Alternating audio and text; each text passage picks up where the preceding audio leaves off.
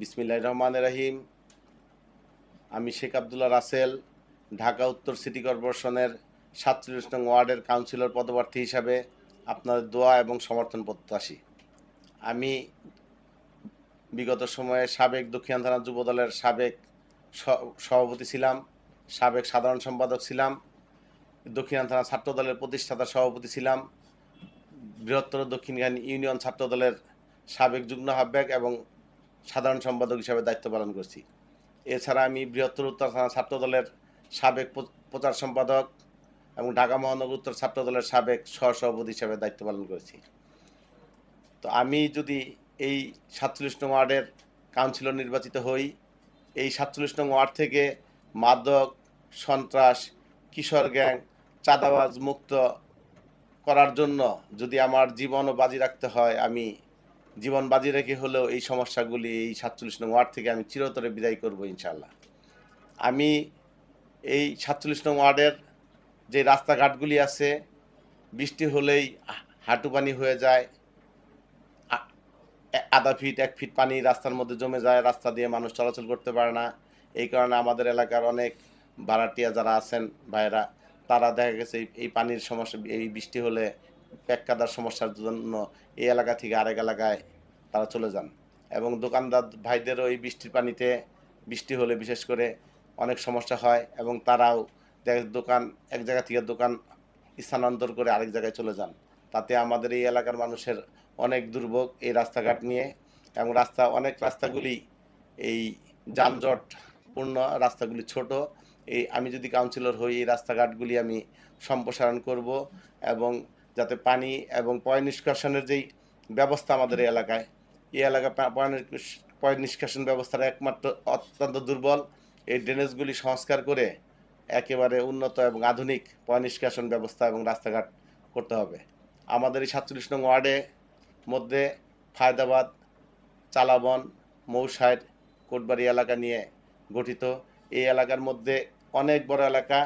তো এখানে প্রায় ৫৩,০০০ ভোটার। এর মধ্যে কোনো উচ্চ বিদ্যালয় নেই, কোনো কলেজ নেই, কোনো খেলার মাঠ নেই। তো এই সমস্যাগুলির জন্য আমাদের বিপরীতে উত্তরায় ১ নং ওয়ার্ড আমাদের পাশাপাশি। তো ওই ওয়ার্ডে দেখা গেছে যে আমাদের পাশাপাশি ওয়ার্ডের মধ্যে কলেজ, বিশ্ববিদ্যালয় সহ বাংলাদেশের নামি দামি সব কলেজ, বিশ্ববিদ্যালয়গুলি ওই আমাদের পাশের ওয়ার্ডেই আছে। কিন্তু আমাদের এই ৪৭ নং ওয়ার্ডের মধ্যে যেহেতু কোনো উচ্চ বিদ্যালয় নাই, তো আমরা এই উচ্চ বিদ্যালয় এখানে প্রতিষ্ঠিত করব এবং কলেজ এবং বিশ্ববিদ্যালয় করারও সর্বোচ্চ চেষ্টা করব। আর খেলার মাঠ আমাদের এলাকার মধ্যে কোনো পরিকল্পিত নগরায়ণ আমাদের হয় নাই। আমরা একসময় ইউনিয়ন পরিষদে ছিলাম, বর্তমানে আমরা সিটি কর্পোরেশনের নতুন ওয়ার্ড হিসেবে অন্তর্ভুক্ত হয়েছি।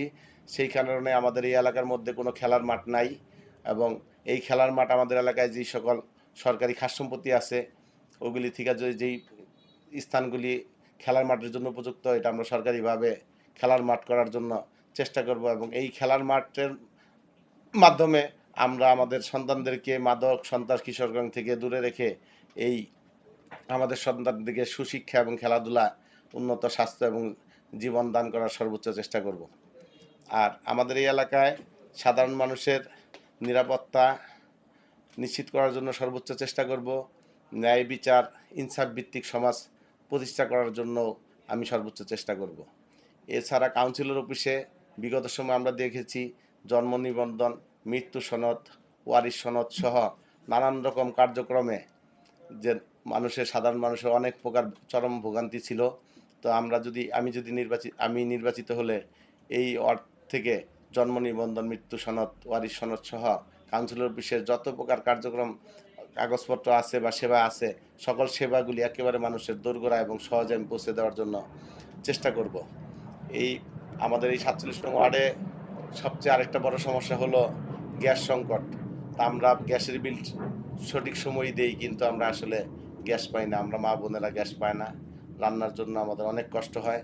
তো এই গ্যাস সমস্যা সমাধানের জন্য আমি কাউন্সিলর নির্বাচিত হলে মেয়র মহোদয় এবং সরকারের দায়িত্বশীলদের সাথে আলোচনা করে এবং প্রয়োজনে আমাদের নেতা তারেক রহমান, যিনি একজন বাংলাদেশে মানবিক রাষ্ট্র গঠন করতে চান, তার সাথে পর্যন্ত আমরা যে হলেও আমাদের এই এলাকার গ্যাস সমস্যার সমাধানের সর্বোচ্চ চেষ্টা করব ইনশাল্লাহ।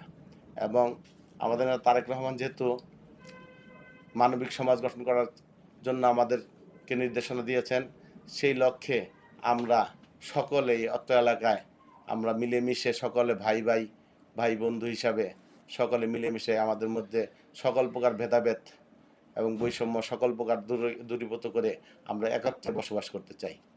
আমি ৪৭ নং ওয়ার্ডের কাউন্সিলর নির্বাচিত হয়ে এই ৪৭ নং ওয়ার্ডের মানুষের সুখে দুঃখে পাশে থাকতে চাই এবং তাদের সন্তান হিসাবে সেবা করতে চাই। এই এই সেবা করার সুযোগটা ৪৭ নং ওয়ার্ডের মানুষজন যারা আছেন, আমাদের ভাই বন্ধু আত্মীয় স্বজন, আপনারা সকলে আমাকে এই সুযোগটা দিবেন এবং আমি আপনাদের প্রত্যাশা অনুযায়ী সর্বোচ্চ চেষ্টা করব। এবং আমাদের নেতা তারেক রহমানের যে নির্দেশনা, এই সারা বাংলাদেশকে একটা মানবিক সমাজ গড়তে হবে, সেই লক্ষ্যে আমরা সকলে মিলেমিশে বৈষম্যহীনভাবে এই সমাজটাকে আমরা একটি মানবিক সমাজ ৪৭ নং ওয়ার্ড গড়ে তুলব, এই আশা এবং প্রত্যাশা ব্যক্ত করছি। আসসালামু আলাইকুম রহমতুল্লাহি ওয়া বারাকাতুহু।